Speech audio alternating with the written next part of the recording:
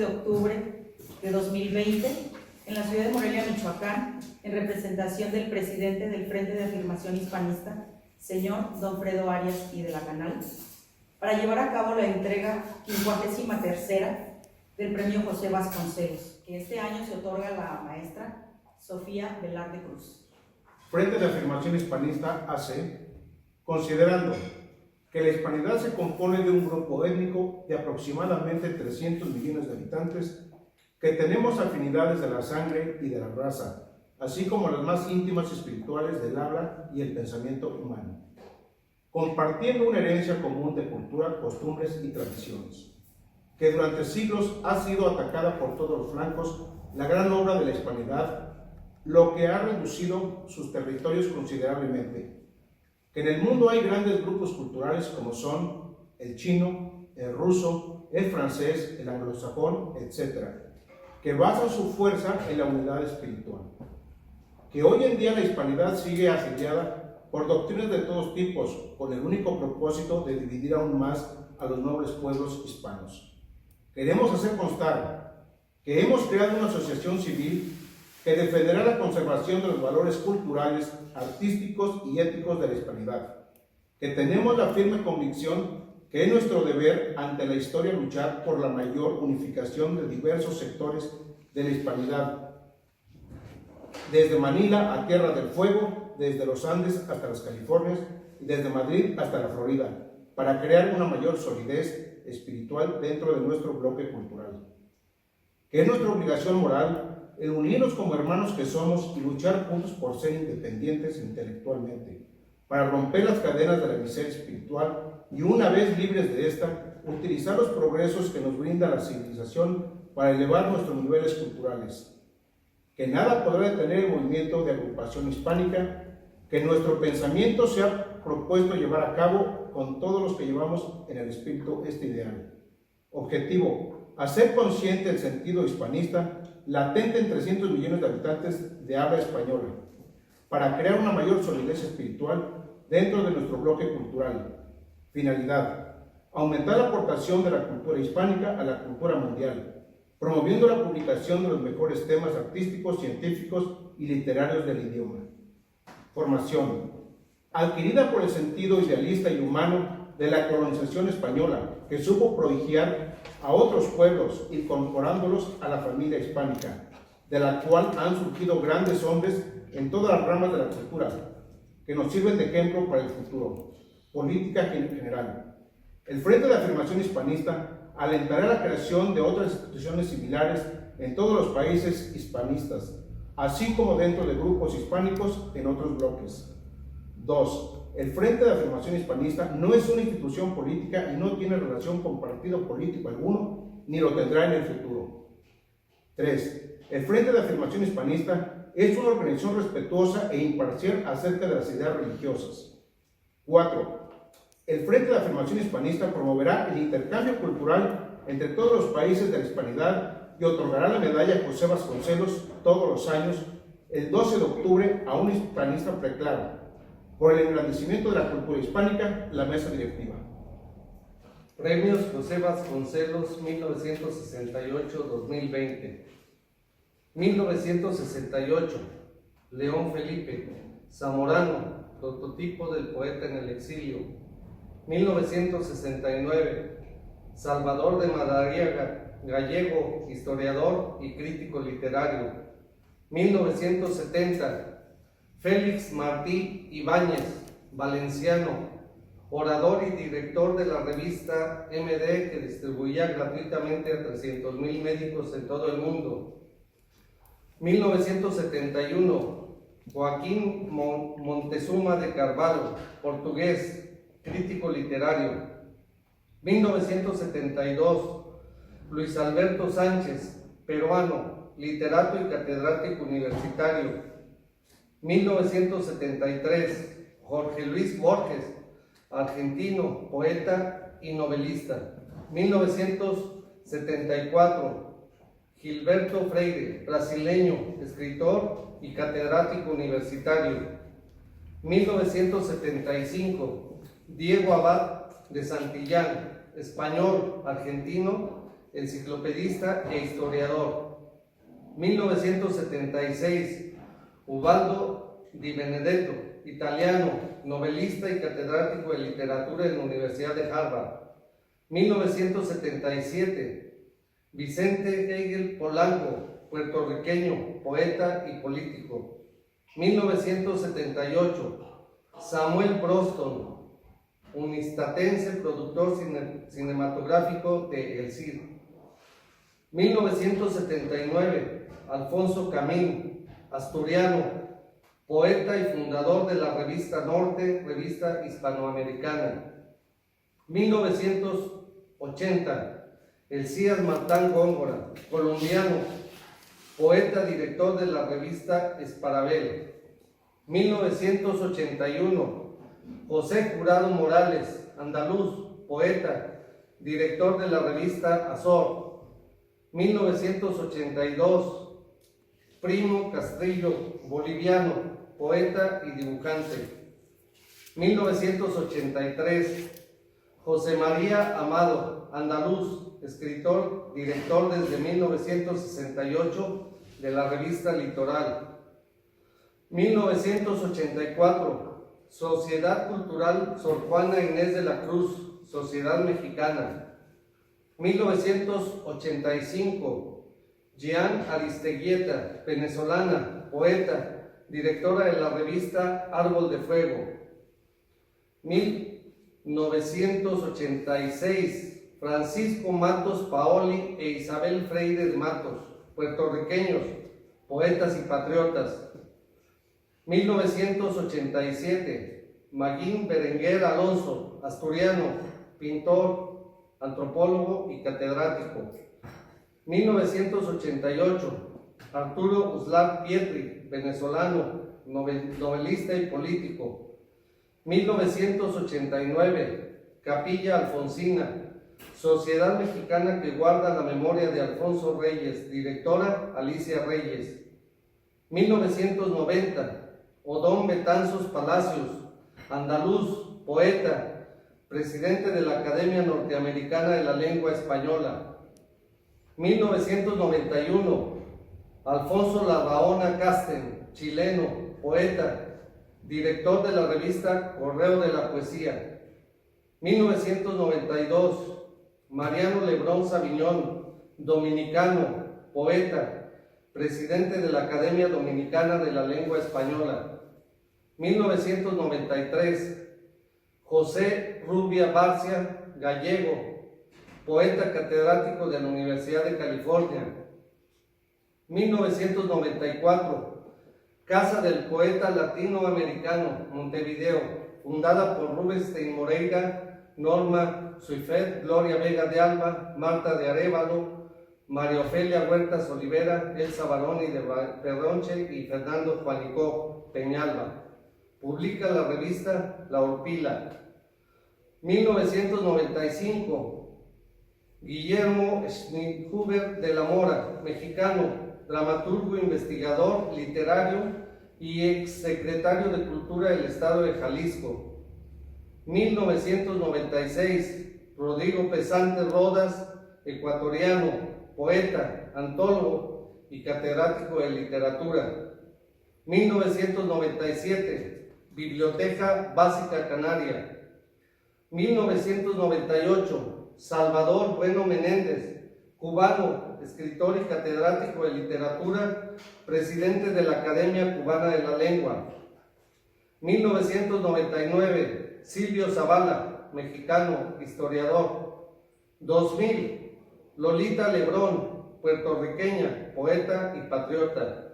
2001, Manuel de la Puebla, español, poeta y editor. 2002, Carilda Oliver Labra, cubana, poeta y patriota. 2003, Brígido Redondo, mexicano, poeta, director de la Casa Maya de la Poesía, Campeche. 2004, Juan Ruiz de Torres, español, poeta, investigador literario, director de la Asociación Prometeo de Poesía y varias publicaciones, entre ellas Cuadernos de Poesía Nueva y La Pájara Pinta. 2005, Francisco Enríquez, cubano, poeta y promotor cultural, director de la revista Carta Lírica Miami. 2006, Lourdes Royano Gutiérrez, española, escritora, crítica literaria y directora del Aula de Letras de la Universidad de Cantabria. 2007, Juan Riquelme Puyol, venezolano, escritor, director de la revista literaria Babel. 2008, José Julián Labrador Herraiz, español, profesor de la Universidad de Cleveland, investigador y editor de poesía castellana de los siglos XV y XVI junto con Ralph A. Di Franco y otros colaboradores. 2009, Maximiano Trapero, español, catedrático de Filología de la Universidad de Las Palmas de Gran Canaria, investigador de la poesía oral castellana medieval. 2010, Rosa Marina García Múnir, peruana, poeta. 2011, Ralph A. Di Franco, unistatense, catedrático de literatura española en la Universidad de Denver, investigador y editor de poesía castellana de los siglos XV y XVI, junto con José Julián Labrador y otros colaboradores. 2012, Lorenzo Suárez Crespo, cubano, poeta y director de la Casa de la 10ª Celestino García en Pinar del Río, Cuba. 2013, Antonio Rey Hazas, español, catedrático de la Universidad Autónoma de Madrid e investigador de la novela del Siglo de Oro. 2014, Nuria Gregory Torada, cubana, directora del Instituto de Literatura y Lingüística José A. Portuondo Baldor de La Habana. 2015, Isabel Díez Serrano, española, poeta, directora de la revista literaria Oriflama desde hace más de 15 años. 2016, doctora Alma Montero Alarcón, mexicana, historiadora.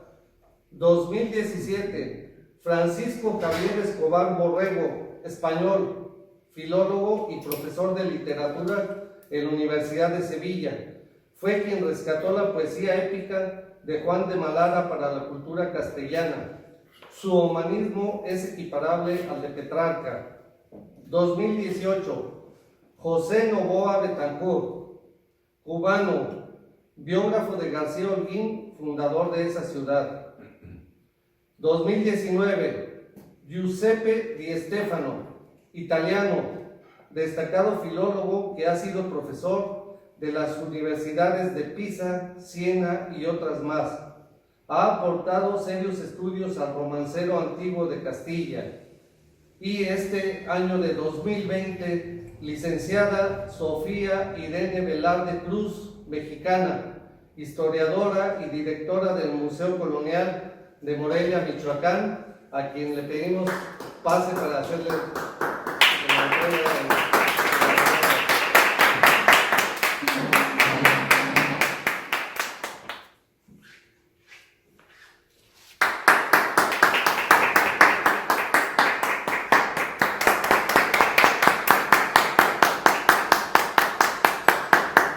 Es una situación nueva para este premio Vasconcelos, pero yo agradezco a todos los grandes amigos que están aquí y agradezco muy en especial a don Fredo Arias de la Canal, quien está con nosotros también, en cuerpo, en alma, en mente, y también a todos los grandes vasconcelianos que han recibido este premio.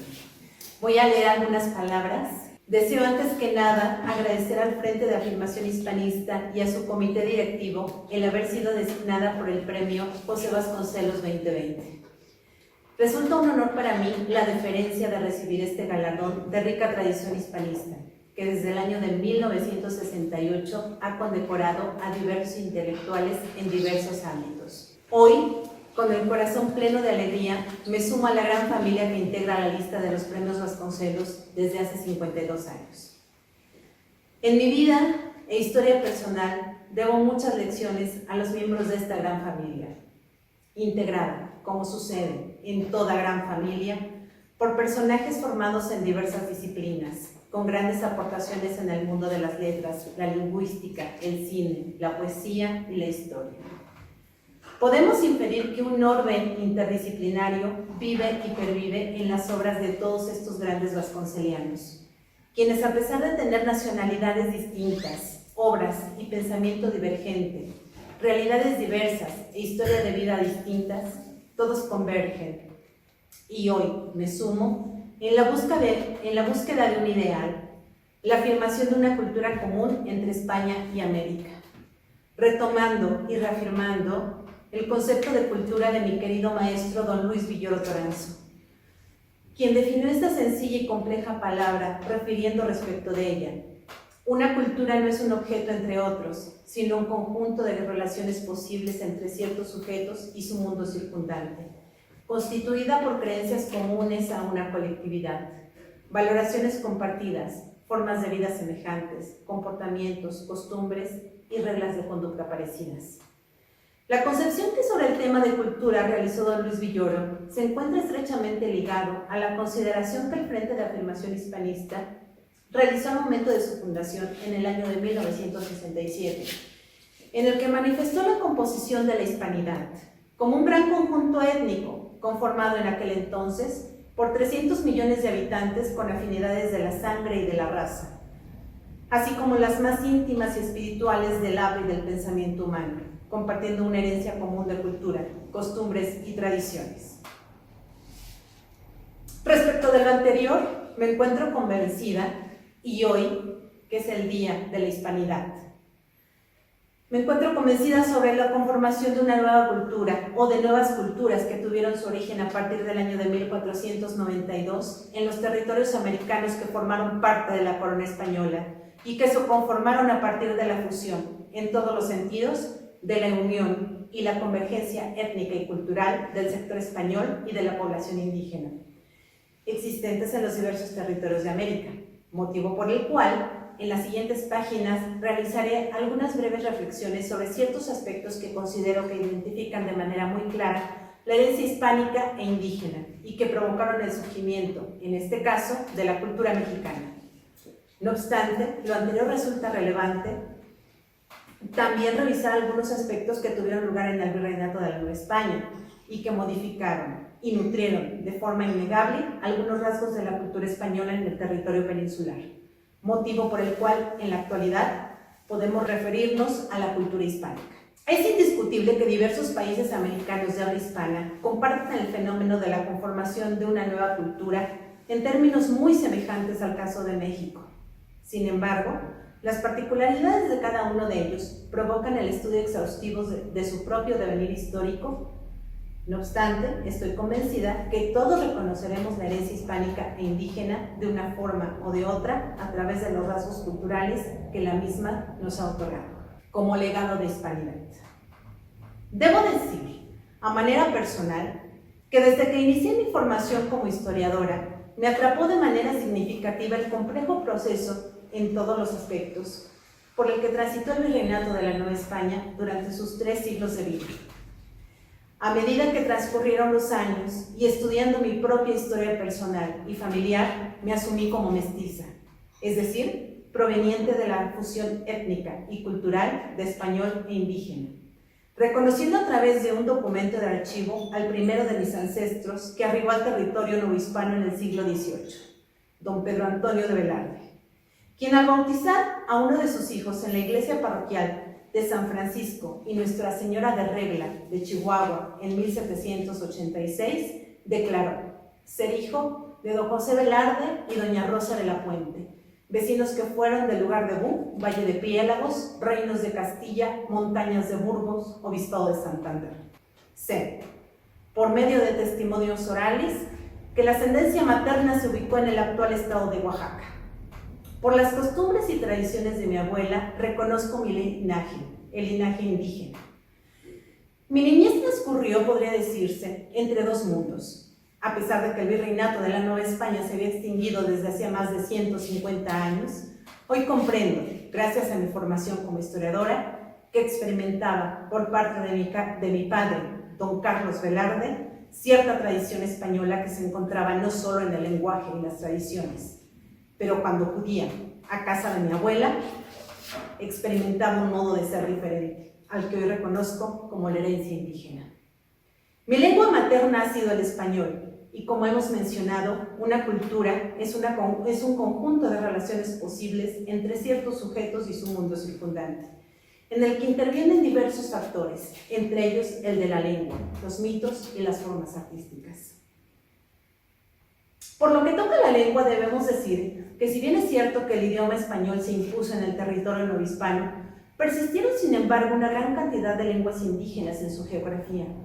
Resulta importante destacar que los integrantes de las órdenes religiosas aprendieron muchas de estas lenguas, y varios de ellos nos legaron magníficas crónicas, a través de las cuales podemos conocer no solo la cosmogonía de los pueblos mesoamericanos, sino también cientos de palabras, términos y vocablos indígenas que utilizamos en la actualidad de manera cotidiana. Debemos también reconocer, desde tempranas fechas, la caudalosa producción literaria de diversos personajes indígenas, escrita ya mediante el alfabeto, al que se sumaron cientos de códices coloniales que siguieron manteniendo la memoria histórica a través de pinturas y glifos. Sobre lo anterior, Miguel León Portilla señaló: hay cientos, cantos, discursos, narraciones, textos a modo de anales, adagios, oraciones y conjuros en los que pueden identificarse la presencia del pensamiento y formas de decir prehispánicos. Y en no pocos de ellos, el pensamiento indígena entra a veces en simbiosis con el legado del viejo mundo. Sin lugar a dudas, uno de los textos que ejemplifican esta fusión cultural, no solo en la literatura, sino también en el pensamiento indígena, lo es el manuscrito náhuatl atribuido a un indio de nombre Antonio Valeriano, escrito entre los años de 1550 y 1560, conocido como Nican Mocowa, y que narra las 4 apariciones de la Virgen de Guadalupe. Me parece interesante mencionar este texto, en tanto que el mismo nos da una razón para referirnos al culto mariano que surgió en la Nueva España bajo la advocación de Guadalupe y que fusionó a la antigua divinidad femenina denominada como Tonantzin entre los diversos pueblos indígenas de México con la imagen de la Inmaculada Concepción de María. Sobre el tema existen innumerables e importantes estudios.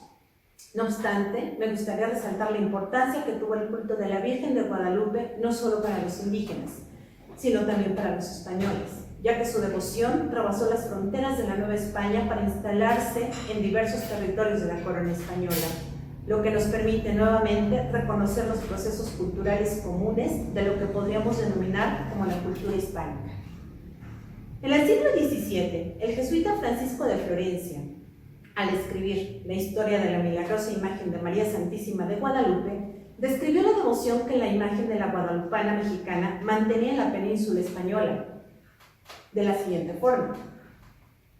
Y él decía: en Cádiz, en Sevilla, en Madrid y en todas las partes de católicos con que tiene comercio Nueva España, es tan conocida, tan venerada y aplaudida esta santa imagen que apenas hay casa en que no la tengan. Podemos saber que el jesuita no exageró su afirmación gracias a diversos estudios recientes que han evidenciado la gran cantidad de lienzos de la Virgen de Guadalupe que fueron realizados por diversos artistas novohispanos y que fueron enviados a España por peninsulares radicados en el Reinato de Nueva España. De forma personal y a manera de anécdota, puedo decir que tuve la fortuna de reconocer la devoción que la imagen de la Virgen de Guadalupe mantiene en la actualidad en España, ya que en el año de 2014 y durante el mes de marzo tuve la fortuna de visitar, junto con mi hermana, la tierra de mis ancestros paternos, Santillana del Mar, situada en el norte de España, en la región de Cantabria. Arribamos al delicioso e histórico poblado de Santillana el 23 de marzo, luego de haber visitado la ciudad de Santander y haber conocido el inigualable lugar de Potes. El clima había sido benigno, a pesar de haber tenido la oportunidad de observar una deliciosa nevada en la población de Enterrías. El amanecer en Santillana del Mar, el 24 de marzo del año señalado, nos sorprendió con una fría lluvia y un viento que no nos permitía abrir el paraguas. Sin embargo, y a pesar de ello, sucumbimos a la lluvia y nos encaminamos al Museo Diocesano de Santillana del Mar, el cual no se encontraba sino a tan solo algunos pasos de nuestro cálido hotel. A pesar de que la lluvia hizo estragos en nosotras, el recinto nos devolvió a nuestro ser hispánico, pues entre esculturas y pinturas medievales nos encontramos el rico tesoro que españoles indianos, radicados en el virreinato de la Nueva España, habían enviado a su terruño. Entre estos tesoros encontramos 3 lienzos de la Virgen de Guadalupe que son atribuidos al afamado pintor Miguel Cabrera. Por una súbita coincidencia, en una de las salas en las que se encuentra un gran lienzo de la Guadalupana, nos encontramos con 3 amables mujeres españolas que procedían de Cádiz y que admiraban la pintura intercambiando opiniones sobre la misma. Conocían y compartían la devoción hacia la Virgen de Guadalupe, aunque al parecer no comprendían del todo las escenas que se desarrollaban en el lienzo, las cuales no hacían sino otra cosa que representar en sus 4 ángulos las apariciones marianas al lindo Juan Diego. Al acercarnos a la magnífica obra, comenzamos a intercambiar opiniones con aquellas sensibles gaditanas, y me fue posible explicar algunos de los detalles del lienzo, sin lugar a dudas, caberían. La importancia de la anécdota resulta del hecho de que en ese momento tal vez todas comprendimos la significación de que, a pesar de provenir de 2 países diferentes, nos encontramos en ese instante reunidas por un símbolo que todas conocíamos, la Guadalupana. Una imagen en la que podemos resumir la convergencia de la herencia española e indígena, en una palabra, de la hispanidad. En este sentido, y regresando a la parte académica, debemos anotar que a pesar de que los lienzos que representan a la Virgen de Guadalupe tuvieron un sentido meramente devocional, debemos referirnos a la construcción de nuevos temas, estilos y modelos que surgieron en el arte novohispano, mismo que se nutrió a partir de la herencia de la cultura hispana e indígena. En la amplia geografía de la Nueva España, en su arquitectura, en la pintura y en la escultura, se encuentran presentes los modelos españoles. No obstante, resulta evidente la presencia de la cultura indígena. Lo anterior podemos constatarlo en las portadas de diversos complejos arquitectónicos al observar, por ejemplo, la inserción de mazorcas de maíz entre veneras bautismales, como podemos apreciar en el exconvento franciscano de Sinsunza, en Michoacán. Resulta también común la representación de diversas especies vegetales originarias del territorio, entrelazadas con la historia pasionaria de Jesucristo, en diversos artesones michoacanos o en la introducción de diversos elementos en esculturas novohispanas que refieren las concepciones religiosas de la cultura mesoamericana. No debemos dejar de mencionar los temas de pinturas de castas, realizadas por diversos artistas novohispanos que son por sí mismas una interpretación del mestizaje étnico y cultural que se conformó en el territorio novohispano. A más de lo anterior, podemos concebir también la fusión cultural de españoles e indígenas en la gastronomía, a partir de la dieta básica que mantenían los pueblos, que se basaba en el consumo de diversos platillos elaborados con maíz, frijol, chile, jitomate, calabaza, aguacate y cacao, complementados con algunos animales de la tierra, como guajolotes, armadillos, codornices, ardillas, conejos y diversas especies de peces. Se originó, luego de la conquista española, una gastronomía que se define como mestiza.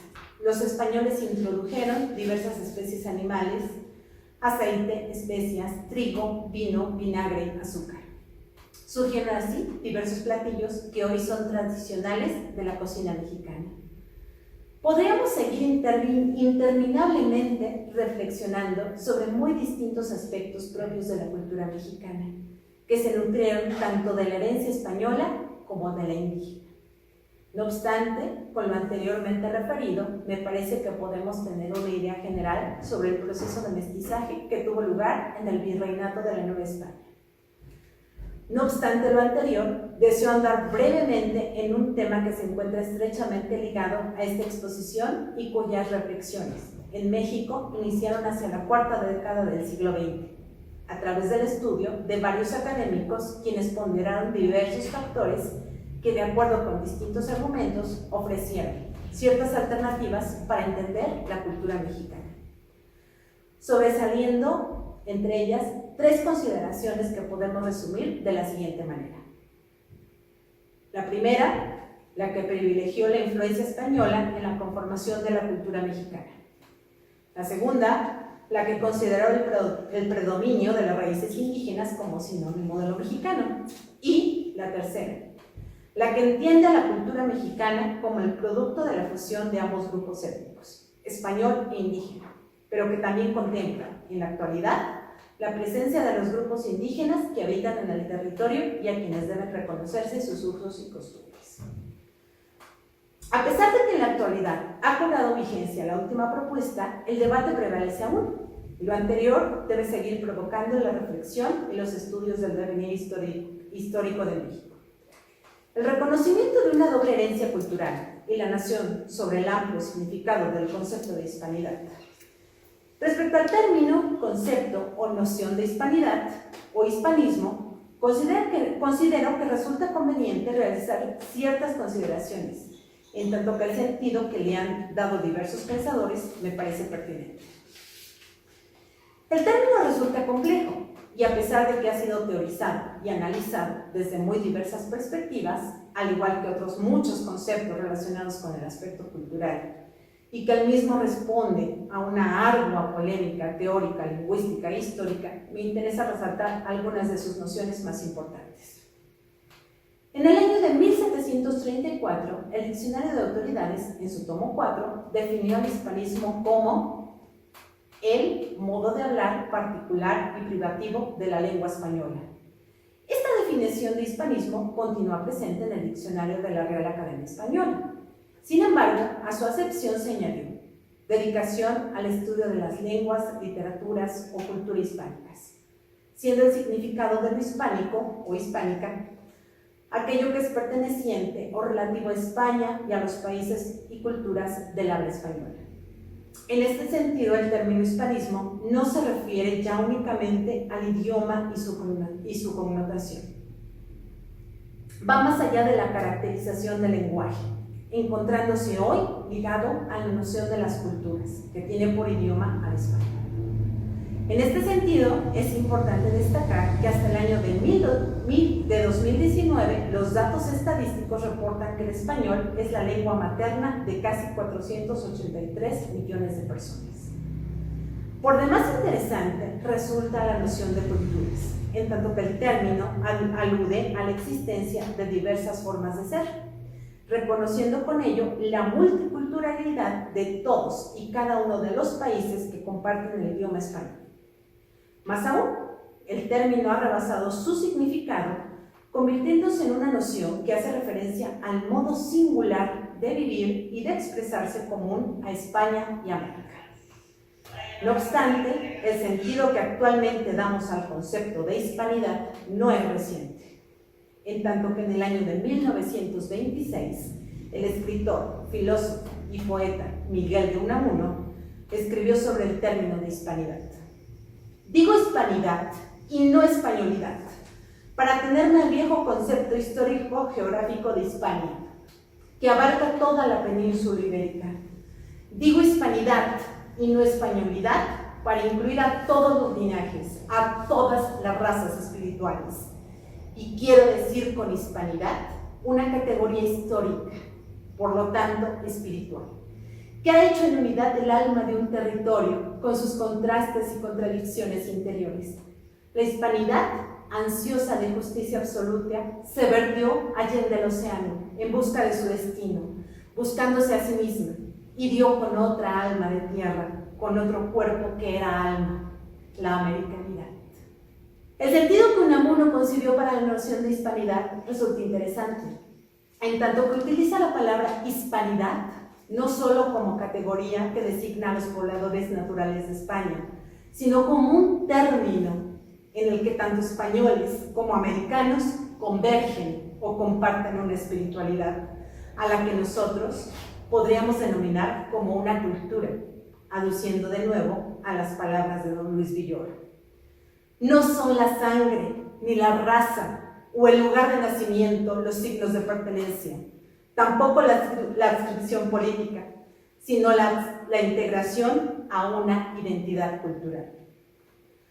Acorde con estos principios y nociones de hispanidad, el Frente de Afirmación Hispanista en su diario ha manifestado desde el año de 1967 hacer consciente el sentido hispanista, en aquel entonces conformado por 300 millones de habitantes de habla española, para crear una mayor solidez espiritual dentro de nuestro bloque cultural.